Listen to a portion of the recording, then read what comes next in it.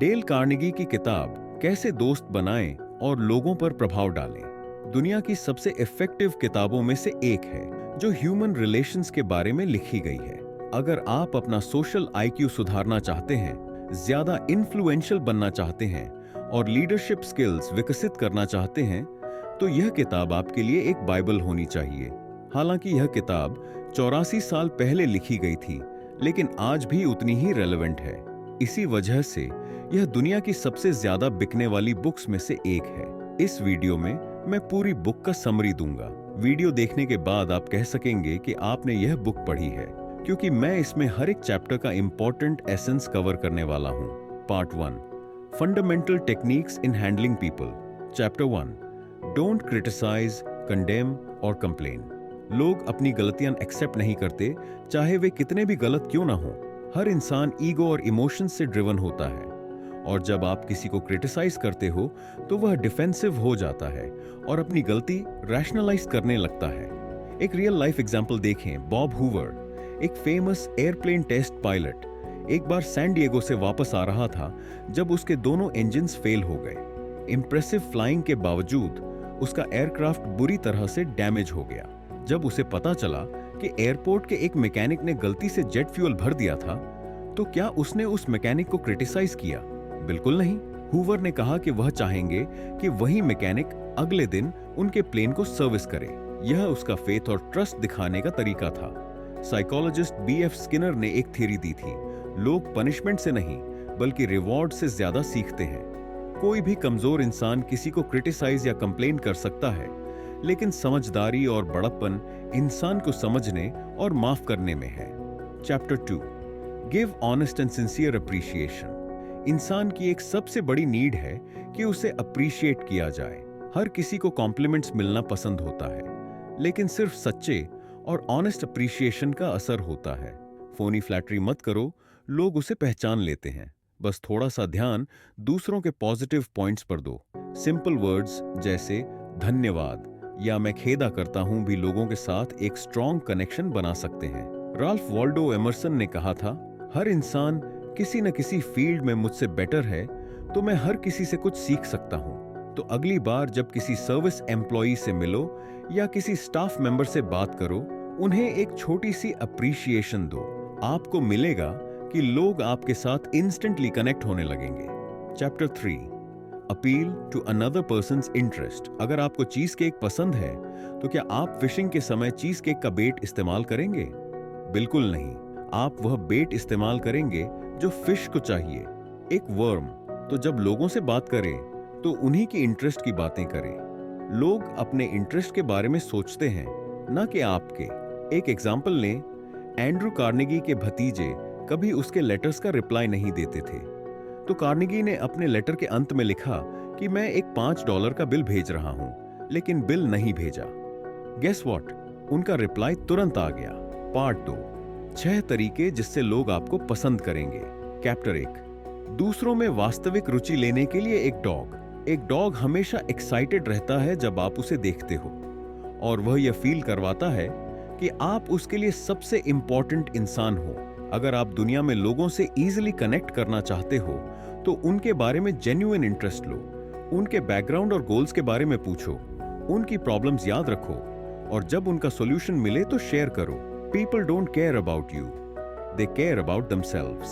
Chapter 2, smile. एक simple smile काफी होती है लोगों का दिल जीतने के लिए। एक बार New York stock broker William B Steinhardt, जो बहुत रूड और गुस्से वाला इंसान था, उसने डिसाइड किया कि वह रोज सुबह मिरर में खुद को स्माइल देगा और पूरे दिन लोगों को स्माइल करेगा। रिजल्ट? उसके घर में ज्यादा खुशी आई, ऑफिस में ज्यादा प्रॉफिट्स आए और उसकी लाइफ और ज्यादा पीसफुल बन गई। Moral of the story? अगर आप किसी से पहली बार मिल रहे हैं तो बस एक जेन्युइन स्माइल कर लो, लोग आपको इंस्टेंटली पसंद करने लगेंगे। Chapter 3, remember names. एक नाम किसी भी इंसान के लिए सबसे इंपॉर्टेंट और स्वीट साउंड होता है। पहले मुझे लोगों के नाम याद नहीं रहते थे। मैं हमेशा कहता था, सॉरी, मैं नाम याद रखने में बहुत खराब हूं। लेकिन इस बुक को पढ़ने के बाद मुझे यह रियलाइज हुआ कि यह एक बड़ी मिस्टेक है। अगर आप किसी का नाम याद रखते हो तो इसका मतलब यह है कि आप उनकी बातें ध्यान से सुन रहे हो और उन्हें इंपॉर्टेंस दे रहे हो। अब मैं जब भी किसी से मिलता हूं तो उनका नाम रिपीट करता हूं, nice to meet you Rahul. आप भी ट्राई करिए, फर्क महसूस होगा। इंटर्नशिप का एक छोटा सा ट्रिक जो सब मैनेजर्स को इम्प्रेस कर गया। जब मैंने कहा कि मेरी इंटर्नशिप ने कंपनी के $1,33,000 सेव किए, तो सारे मैनेजर्स एकदम सीरियस हो गए। सब ध्यान से सुनने लगे और एंड तक बहुत सारे सवाल पूछने लगे। लेकिन सच बोलूं तो मैंने भी वही बोरिंग काम किया जो बाकी इंटर्न्स कर रहे थे, शायद उससे भी कम। बस एक छोटी सी चीज मैंने एक्स्ट्रा की। मैंने अपने काम के घंटे कैलकुलेट किए और उन्हें डॉलर में कन्वर्ट कर दिया। और क्योंकि मेरी इंटर्नशिप अनपेड थी, तो सिंपल सी बात है, अगर कोई पेड एम्प्लॉय ये काम करता तो कंपनी को सैलरी देनी पड़ती। बस यही लॉजिक मैंने यूज किया और देखते ही देखते मैंने मैनेजर्स को इंप्रेस कर दिया। चैप्टर 12, चैलेंज थ्रो करो, मोटिवेशन अपने आप आएगी। अगर मोटिवेशन काम नहीं कर रहा तो एक कंपटीशन ऑर्गेनाइज करो। यह साइकोलॉजी का रूल है कि लोग दूसरे से पीछे रहना नहीं चाहते। लोग हर सिचुएशन में जीतने की कोशिश करते हैं। एक और ट्रिक, अगर कोई अनसर्टेन फील कर रहा है तो उसके कॉन्फिडेंस को थोड़ा शेक करो। जैसे अगर कोई किसी टास्क को लेकर नर्वस है तो बोल सकते हो, मुझे पता है ये टफ है, सिर्फ एक बड़ा आदमी ही इसको हैंडल कर सकता है। बस यह लाइन सुनकर किसी का भी ईगो जग जाएगा और वो चैलेंज एक्सेप्ट कर लेगा। पार्ट 4, लोगों को चेंज कैसे करें बिना उनको ऑफेंड किए। यह बुक का सबसे पावरफुल पार्ट है, लोगों को क्रिटिसाइज किए बिना उनका बिहेवियर कैसे इंप्रूव कर सकते हो। चैप्टर 1, पहले तारीफ करो फिर पॉइंट आउट करो। लोगों को उनकी गलतियां सुनना पसंद नहीं आता, लेकिन अगर आप उनकी अच्छी चीजों की तारीफ करके बात शुरू करो तो वो ज्यादा रिसेप्टिव होंगे। लेकिन फॉर्मल तारीफ अवॉइड करो। कॉर्पोरेट वर्ल्ड में क्या होता है, एक तारीफ, फिर क्रिटिसिज्म और फिर एक छोटी सी तारीफ दोबारा। इससे बेहतर यह है कि स्पेसिफिक और सिंसियर तारीफ दो। एग्जाम्पल के लिए, अगर कोई गलती कर रहा है लेकिन मेहनत भी कर रहा है तो सीधा क्रिटिसाइज मत करो। इंस्टीड बोलो, तुमने काफी मेहनत की है A&D, अगर तुम एक चेकलिस्ट बना लो तो और भी ज्यादा एक्यूरेट हो सकोगे।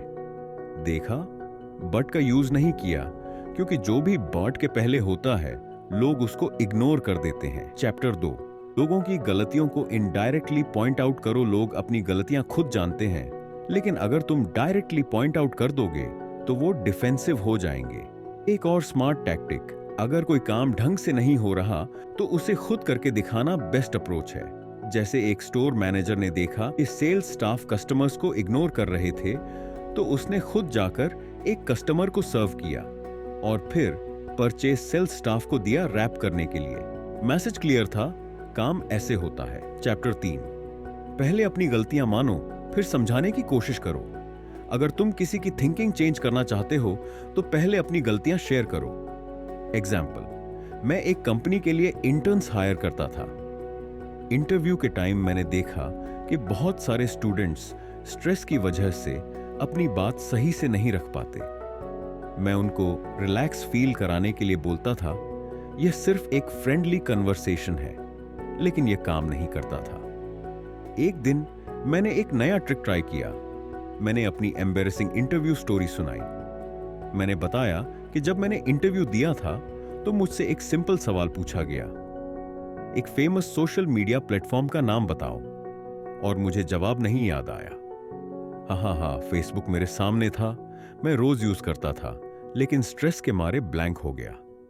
जब मैंने यह बताया तो स्टूडेंट्स हंसने लगे और एकदम रिलैक्स फील करने लगे। यह सुनकर उन्हें लगा कि अगर मैं भी यह गलती कर चुका हूं तो वो भी थोड़ा चिल मार सकते हैं। मोरल ऑफ द स्टोरी, लोगों की गलतियों को सुधारने से पहले अपनी गलतियों को एक्सेप्ट करना सीखो। चैप्टर 4, ऑन ऑर्डर्स मत दो बल्कि स्मार्ट क्वेश्चंस पूछो। अगर तुम लोगों को अपनी बात मानना चाहते हो तो सीधा ऑर्डर मत दो, बल्कि स्मार्ट क्वेश्चंस पूछने की आदत डालो। जैसे अगर किसी एम्प्लॉय का काम स्लो है तो यह मत बोलो, तुम्हारा काम बहुत स्लो है, फास्ट करो। इंस्टीड यह पूछो, अगर तुम इस प्रोसेस को थोड़ा ऑप्टिमाइज करो तो तुम्हारा काम और फास्ट हो सकता है। जब लोग अपने सॉल्यूशंस खुद ढूंढते हैं तो ज्यादा मोटिवेटेड फील करते हैं। लोगों को जब अपने आइडियाज पे काम करने का मौका मिलता है तो वो नेचुरली ज्यादा मोटिवेटेड फील करते हैं। इसके 3 मेजर बेनिफिट्स हैं। एक, लोग अपने आइडियाज को और बेटर बना सकते हैं। जब वो खुद सोचने लगते हैं तो नए और बेहतर सॉल्यूशंस निकालते हैं। 2, उनको कंट्रोल और इंपॉर्टेंस फील होती है।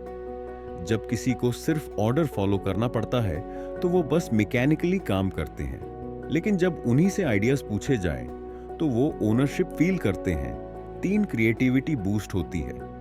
जब लोग फ्रीली सोचते हैं तो नए और अनएक्सपेक्टेड सॉल्यूशंस भी आ सकते हैं जो शायद पहले किसी ने कंसिडर ही नहीं किए होते। अगर तुम किसी से काम करवाना चाहते हो तो सीधा इंस्ट्रक्शन मत दो, बल्कि स्मार्ट क्वेश्चंस पूछो। तुम्हें लगता है ये काम करेगा? इस बारे में तुम्हारा क्या ओपिनियन है?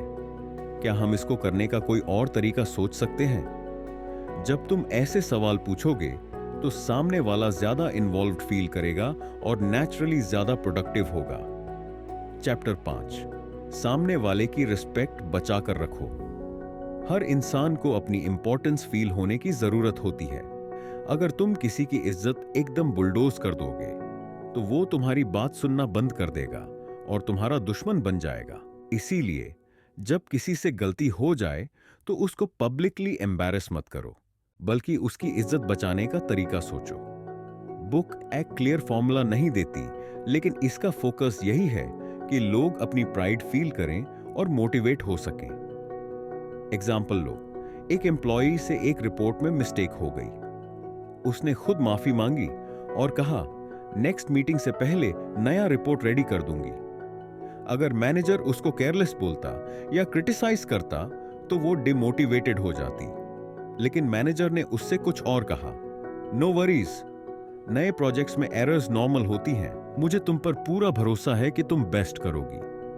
देखा, बिना क्रिटिसाइज किए एम्प्लॉय का कॉन्फिडेंस बना रहा। इसका रिजल्ट क्या होगा? वो और बेटर काम करेगी। चैप्टर 6, छोटी छोटी इंप्रूवमेंट्स की भी तारीफ करो। लोग तारीफ के भूखे होते हैं, जैसे खाने के लिए भूख लगती है।